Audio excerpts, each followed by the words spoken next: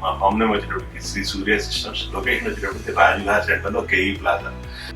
మాది main business వచ్చేటప్పటికి computers are sales and service. Computers అంటే both used computers and new computers రెండింటిని మేము సేల్ చేస్తామండి. ఇక్కడ మేము ఫోకస్ చేస్తున్న వచ్చేటప్పటికి రీఫర్బిష్డ్ ల్యాప్టాప్స్ అండ్ డెస్క్టాప్స్.